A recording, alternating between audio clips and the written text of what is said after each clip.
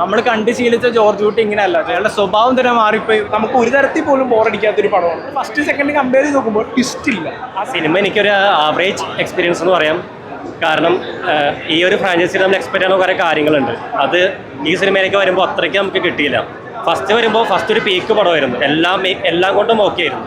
Second വരുമ്പോൾ OTT വേണ്ടി എടുത്തതുകൊണ്ട് മേക്കിങ്ങിൽ കുറച്ച് പോരായ്മകളുണ്ടായിരുന്നു. പക്ഷേ സ്ക്രിപ്റ്റ് അടിപൊളിയായിരുന്നു. ഇതിലേക്ക് വരുമ്പോൾ സ്ക്രിപ്റ്റ് ഭയങ്കര ലേസി ആയിട്ട് എനിക്ക് തോന്നി. ക്ലൈമാക്സിൽ ഒരു അരമണിക്കൂറിൽ കുറച്ച് കാര്യങ്ങൾ കാണിക്കാനായിട്ട് വലിച്ചു നീട്ടി. പിന്നെ ക്ലൈമാക്സിൽ അരമണിക്കൂറാണെങ്കിൽ നമുക്ക് അക്സെപ്റ്റ് ചെയ്യാൻ പറ്റിയില്ല. ഈ ഒരു ക്യാരക്ടർ ഇങ്ങനെ ചെയ്യുമോ, അല്ലെങ്കിൽ അവിടെ കൺവിൻസിങ് ആയിരുന്നില്ല. ക്യാരക്ടേഴ്സ് മൊത്തം തന്നെ മാറിപ്പോയി. ഇപ്പോൾ പല ക്യാരക്ടേഴ്സും ഫസ്റ്റിൽ കണ്ട ആൾക്കാരെയല്ല ഈ ഒരു സിനിമയിലേക്ക് വരുമ്പോൾ. അപ്പോൾ വേറൊരു ഫിലിമായിട്ട് നമുക്ക് തോന്നി. എന്നാലും ഓക്കെയാണ്, എനിക്ക് വാച്ചബിളാണ് പടം. എന്നാലും ഈ എക്സ്പെക്ട് ചെയ്ത അത്രയും വന്നില്ല പടം. ദൃശ്യം 1, 2, 3 എടുത്ത് നോക്കിക്കഴിഞ്ഞാൽ അതിലേറ്റവും വീക്കസ്റ്റ് സ്ക്രിപ്റ്റും ഒരു വീക്കസ്റ്റ് അനുഭവം തന്നൊരു സിനിമയായി പോയി. കാരണം ഫസ്റ്റിൻ്റെ ഇമ്പാക്റ്റ് നമുക്കറിയാം, ഒരു ഗ്ലോബൽ ഫിനോമിനം പോലെ വന്നൊരു സിനിമയാണ് ദൃശ്യം 1. സെക്കൻഡ് ആയപ്പോൾ കിഡിലും സ്ക്രിപ്റ്റും ക്ലൈമാക്സ് എന്നൊക്കെ പറഞ്ഞ ഗൂസ്ബം മൊമെന്റ്സ് ആയിരുന്നു. ദൃശ്യം 3ലേക്ക് വന്നു കഴിഞ്ഞാൽ ബിൽഡപ്പ് മാത്രമേ ഉള്ളൂ. പക്ഷേ ക്ലൈമാക്സിലേക്ക് വന്നപ്പോഴേക്കും പല രീതിയിലേക്ക് സിനിമയുടെ കാര്യങ്ങളൊക്കെ മാറി.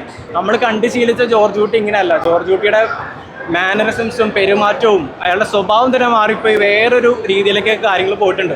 ഒട്ടും ഓർഗാനിക് ആയിട്ടുള്ള ഒരു ക്യാരക്ടർ ആർക്കായിട്ട് എനിക്ക് തോന്നിയിട്ടില്ല. കാരണം നമുക്കറിയാം ജോർജ് കുട്ടി തൻ്റെ ഫാമിലിക്ക് വേണ്ടി എന്തൊക്കെ ചെയ്യാൻ സാധ്യതയുണ്ടെന്നുള്ളത്. പക്ഷെ ആ രീതിയിലൊന്നുള്ള കാര്യങ്ങൾ വേറെ ഏതൊക്കെയോ തലത്തിലാണ് ജോർജ് കുട്ടീനകത്ത് പെരുമാറുന്നത്. അപ്പോൾ ട്വിസ്റ്റ് പോലെ കൊണ്ടുവന്നിട്ടുള്ള പല കാര്യങ്ങളുണ്ട്. അതൊക്കെ കുറച്ച് ഫോഴ്സ്ഫുള്ളായിട്ട് തോന്നി. ഫോഴ്സ്ഫുള്ളി ചെയ്തൊരു പടം പോലെ തോന്നി.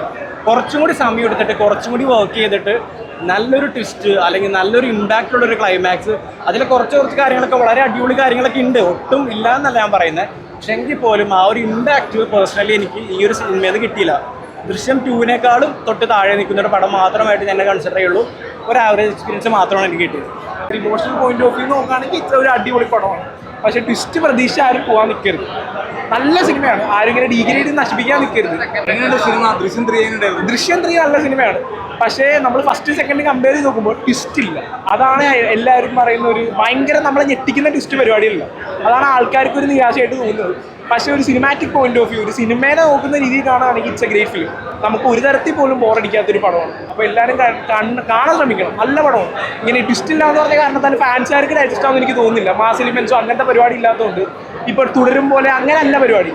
ഒരു പടം എന്ന രീതിയിൽ വൃത്തിയാണ്. സ്ക്രിപ്റ്റ് ആണെങ്കിലും പരിപാടി എല്ലാം വൃത്തിക്ക് എടുത്ത് വെച്ചിട്ടുണ്ട്. എല്ലാവരും കാണാൻ ശ്രമിക്കണം. ലാലേട്ടൻ്റെ പെർഫോമൻസ് ആണ്, എല്ലാം കൊണ്ടും അടിപൊളിയാണ് പടം. മേക്കിംഗ് കൊള്ളാം. നമ്മളിപ്പോൾ മറ്റേ വലതുവശത്തെ കള്ളനാണെങ്കിലും മിറാജ് കണ്ടപ്പോൾ കുറേ പേര് നെഗറ്റീവ് പറഞ്ഞു. പക്ഷെ അങ്ങനെയല്ല, പുള്ളിയുടേതായ ഒരു സ്റ്റാൻഡേർഡ് ഉണ്ട്.